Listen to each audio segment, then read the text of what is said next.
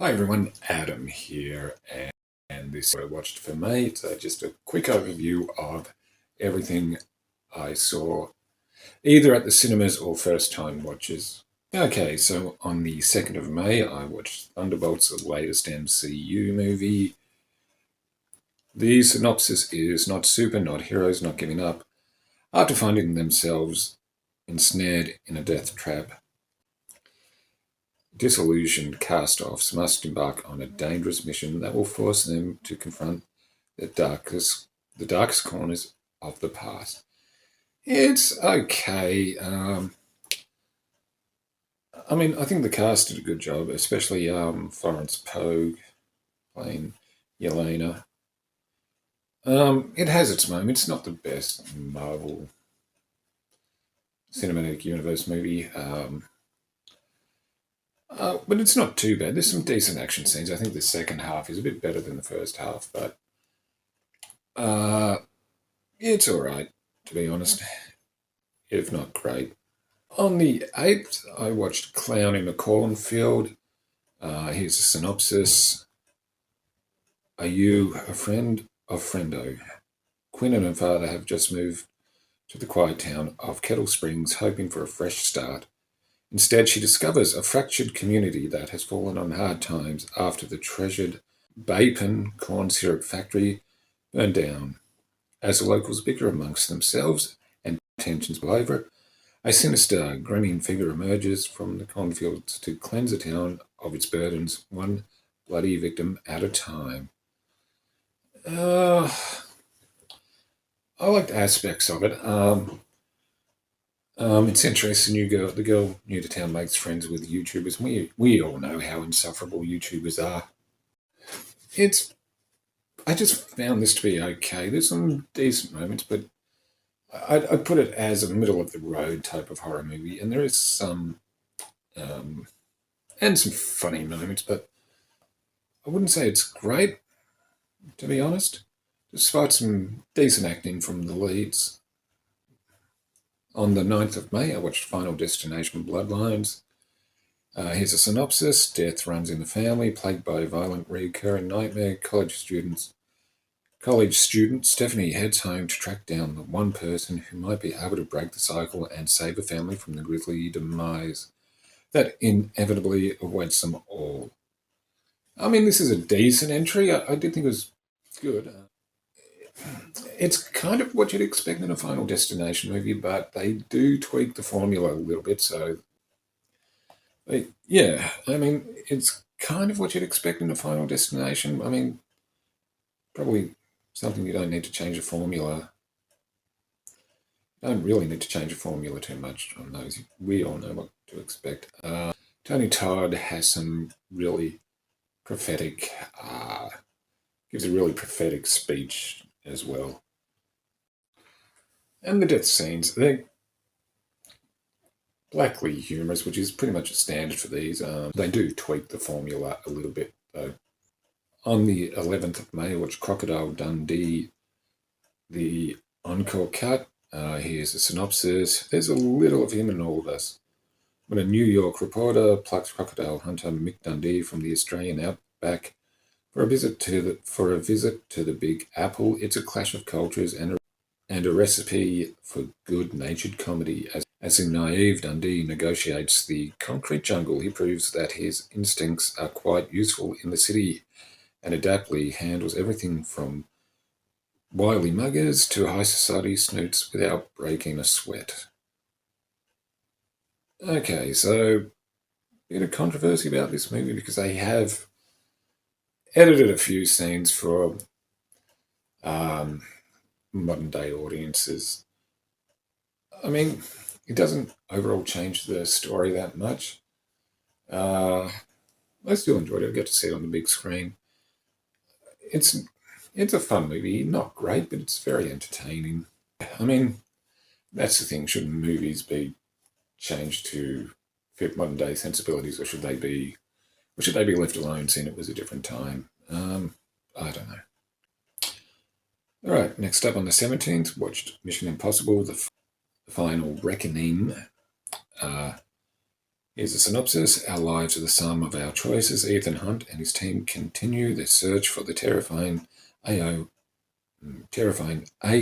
known as the Entity, which has infiltrated intelligence networks all over the world, with the world's governments and a mysterious ghost from Hunt's past on the trail. Joined by new allies and armed with the means to shut the Entity down for good, Hunt is in a race against time to prevent the world as we know it from changing forever. I mean, it is alright. It does tie up some loose ends from the previous Mission Impossibles, and of course, there's some decent action scenes. Overall, it's good, but not great. Thing with me with the Mission Impossible movies, I'll watch them, I'll be entertained by them, but then I'll quickly forget them, to be honest. Not that they're bad movies, they are entertaining, but it's the type of thing I watch and then forget about. But yeah, oh, by the way, Tom Cruise runs in this. On the 25th, I watched a movie called Shark Warning. Okay, here's a synopsis. After 20 years, a man returns to the town where his brother was killed by a shark. When it resurfaces and kills again, the man goes on a mission to hunt down the predator, making unlikely alliances along the way in order to stop it once and for all. Now, this is a movie from The Asylum. If you know Asylum, they're known for making mockbusters and kind of extremely low budget movies, also known for the Sharknado movies. Well, I'll be the first to admit this isn't a good movie, but I kind of enjoyed it. The acting, it's okay. The shark looks really fake, but you know what? I didn't mind. The cast were likable, and yeah, I mean, it's nothing special, but it's definitely turn your brain off and just have fun with it. Because it isn't a good movie, I'll be honest, but I kind of enjoyed it. On the 30th of May, I watched Bring Her Back. This is the second movie from the Philippou brothers who did Talk to Me. Here's a synopsis. Evil comes full circle. Following the death of their father, a brother and sister are introduced to their new sibling by their foster mother and learn that she has a terrifying secret. It's all right. It is a bit more of a slow burn than Talk to Me. And, I mean, it's all right. I didn't hate it, but you will have to be patient for it. And it does go a bit crazy towards the end, to be honest. But it is well acted and well shot. There's a couple of young leads who do really well. Billy Barrett and Sura Wong. And it is well directed. But yeah, I don't think it's as good as Talk to Me. It seems to be as Talk to Me, but it's okay. It's decent. On the 31st, I watched The Karate Kid, the 2010 version. I'd never seen it before, and I wanted to watch it before Karate Kid Legends comes out here. That doesn't come out until this week here. It's fine. It's perfectly fine. Of course, here's a synopsis. A challenge he never imagined. A teacher he never expected. 12-year-old Dre Parker could have been the most popular kid in Detroit. But his mother's latest career move has landed him in China. Dre... Crap. How when that happens? Has landed him in China. Dre immediately falls for his classmate Mei Ying. But the culture differences make such a friendship impossible. Even worse, Dre's feelings make him an enemy of the class bully Cheng. With no friends in a strange land, Dre has nowhere to turn but maintenance man Mr. Han, who is a kung fu master, as Han teaches Dre that kung fu is not about punches and parries, but maturity and calm.